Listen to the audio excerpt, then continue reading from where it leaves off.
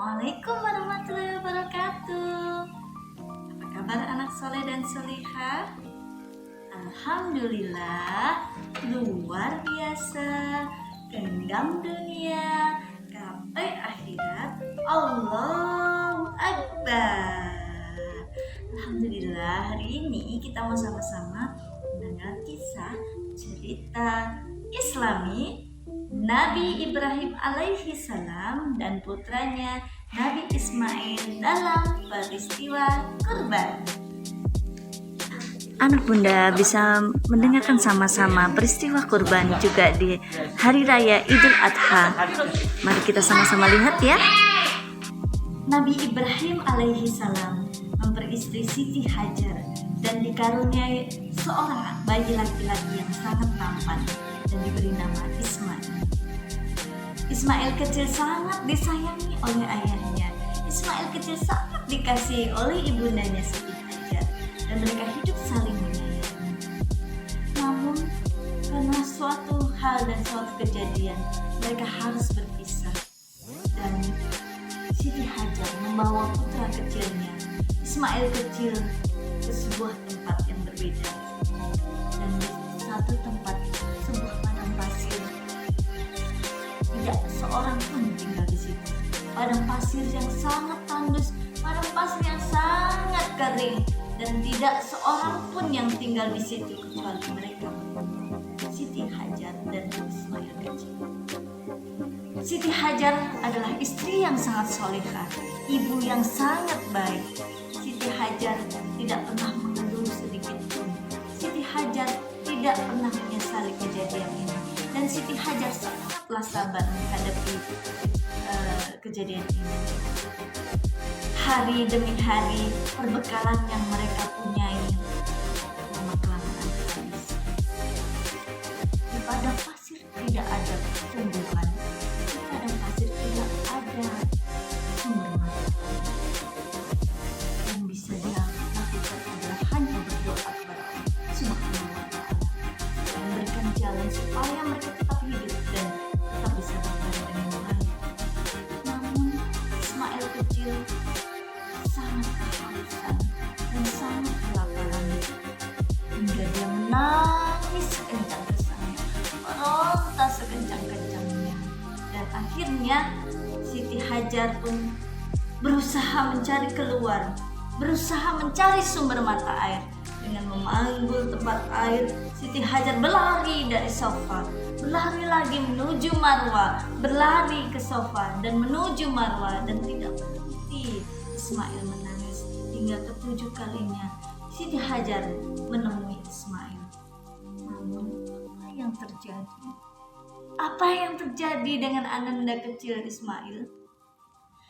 Nabi Ismail menangis dengan menghentak-hentakkan kakinya, dan yang terjadi adalah Allah menunjukkan kekuasaannya, Allah menunjukkan kebesarannya. Di antara jari-jari kecil Ismail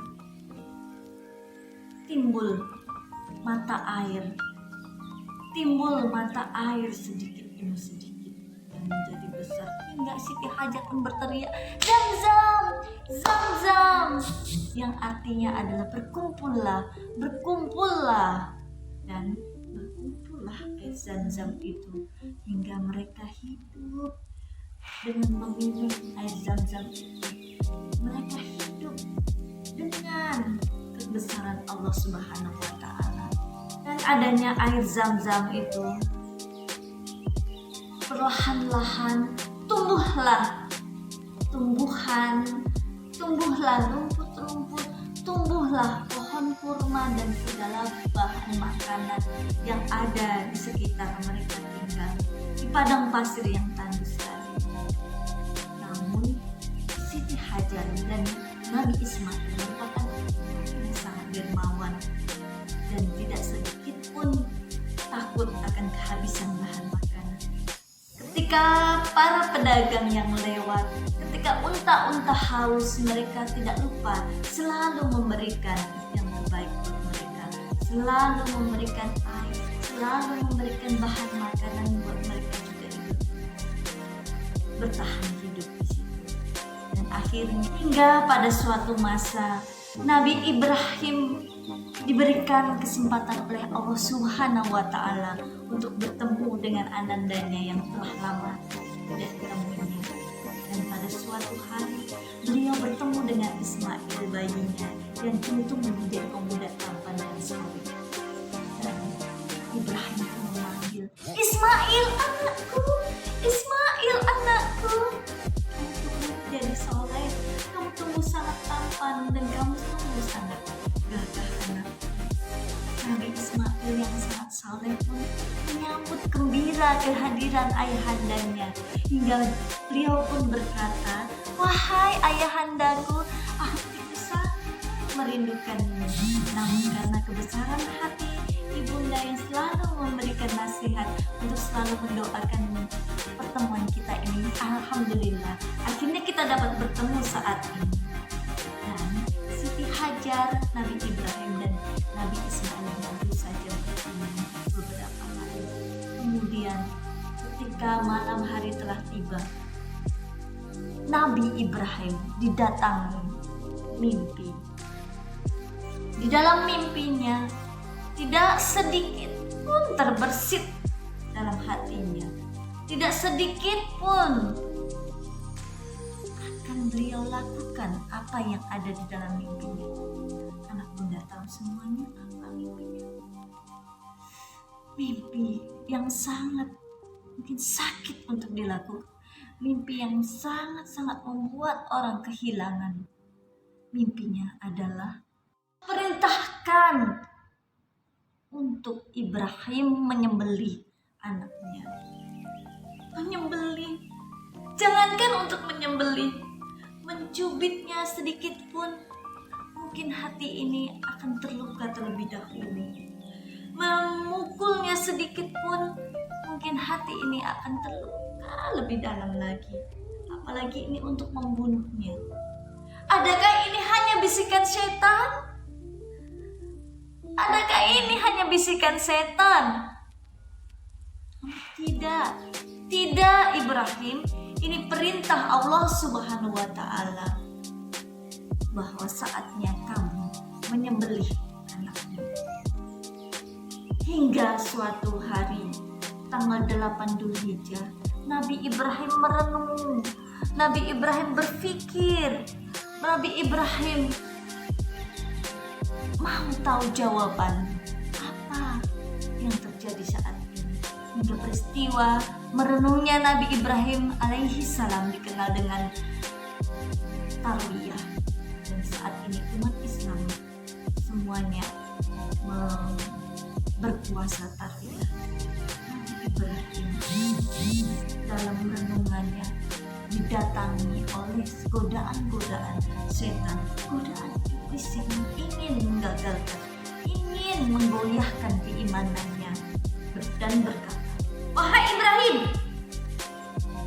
pikir Ibrahim, coba pikir, telah lama kamu merindukan anakmu, telah lama kamu tidak bertemu dengannya, telah lama sekali kamu tidak berhenti berdoa untuk mendapatkannya, dan saat ini kamu telah mendapatkannya, bertemu dengannya dan melihat ketampanan dan kesolehannya. Pikir Ibrahim, kamu mau membunuhnya begitu saja? Kamu mau membunuhnya dengan secara yang tidak wajar? Kamu mau membunuhnya dengan menyembelih dengan kekerasan? Ibrahim, pikir Ibrahim." Demikian bisikan-bisikan syaitan yang dia dengar. Namun tidak berhenti berpikir, karena kekuatan hati Ismail yang telah disampaikan oleh Nabi Ibrahim bahwa Allah perintahkan lewat mimpi. Kekuatan Ismail membangkitkan Nabi Ibrahim bahwa itu benar-benar perintah dari Allah Subhanahu wa Ta'ala. Hingga tanggal 9 Dzulhijjah, Nabi Ismail pun dibawa oleh ayahandanya kepada Arafah. Di sana Nabi Ibrahim kembali, betulkah ini mimpi? Betulkah ini perintah dari Allah Subhanahu wa Ta'ala bahwa aku harus menyembelihnya, aku harus meniadakannya, dan aku harus membuktikan ketakwaanku kepada Allah Subhanahu wa Ta'ala dengan menyembelih anak kesayanganku. Dan akhirnya tanggal 10 Dzulhijjah, Nabi Ibrahim yang telah menyiapkan tempat untuk penyembelihan, yang telah menyiapkan pisau yang panjang dan diasah dengan tajam, membawa anaknya. Dan beliau dengan sangat-sangat terluka, beliau berdoa kepada Allah, jika memang ini perintahmu ya Allah, maka akan saya lakukan. Dan dihitung 1, 2, dan 3. Namun tidak sampai hati Nabi Ibrahim, dan akhirnya Nabi Ismail pun berkata, "Wahai ayah, jangan goyah. Wahai ayah, ini perintah Allah Subhanahu wa Ta'ala. Laksanakan ayah, laksanakan. Jika engkau tidak tahan melihat wajahku, jika engkau tidak tahan melihat diriku, tadi saya berbaring, izinkan saya lembut, izinkan saya menutup wajah ini supaya ayah-ayah mudah dengan melakukannya." Maka Nabi Ibrahim pun mengiyakan kataan anandanya. Dan akhirnya Nabi Ibrahim pun memulai penyembelihan dengan doa. Allah, mudah-mudahan jika ini adalah memang perintahmu, ini akan menunjukkan keikhlasan dan ketakwaan saya. Anak saya sangat taat kepadaku, anak saya sangat taat kepada Allah. Maka berikan balasan yang terbaik untuk kami.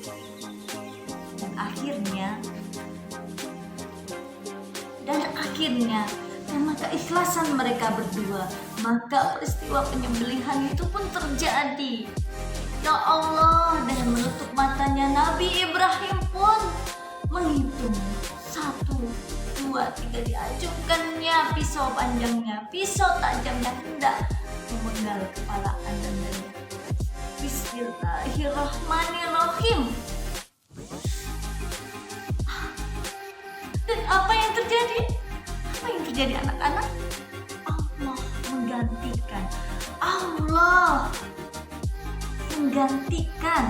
menggantikan dengan binatang kurban yang sangat gemuk, menggantikan Ismail yang di hadapannya tadi, menggantikan kurbannya Nabi Ibrahim dengan seekor domba yang gemuk. Dan itulah kekuasaan Allah Subhanahu wa Ta'ala, hingga akhirnya mereka menyadari bahwa ini semua adalah ujian, bahwa ini adalah ujian dari Allah Subhanahu wa Ta'ala untuk membuktikan ketakwaan Nabi Ibrahim dan Nabi Ismail tentunya. Yang anak bunda semuanya adalah kisah Nabi Ibrahim dan Nabi Ismail yang sangat-sangat banyak hal yang bisa kita petik darinya, yaitu ketaatan Ismail terhadap kedua orang tuanya, ketakwaan Nabi Ibrahim terhadap Allah Subhanahu wa Ta'ala, hingga mereka dibalas dengan berlimpah kebaikan oleh Allah Subhanahu wa Ta'ala. Itulah artinya kurban.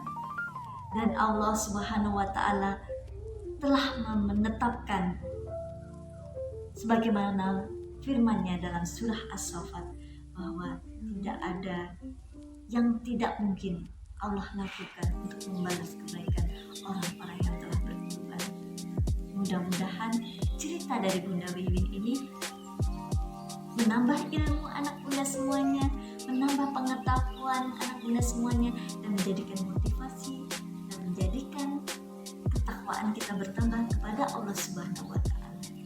Terima kasih, sampai ketemu lagi. Wassalamualaikum warahmatullahi wabarakatuh.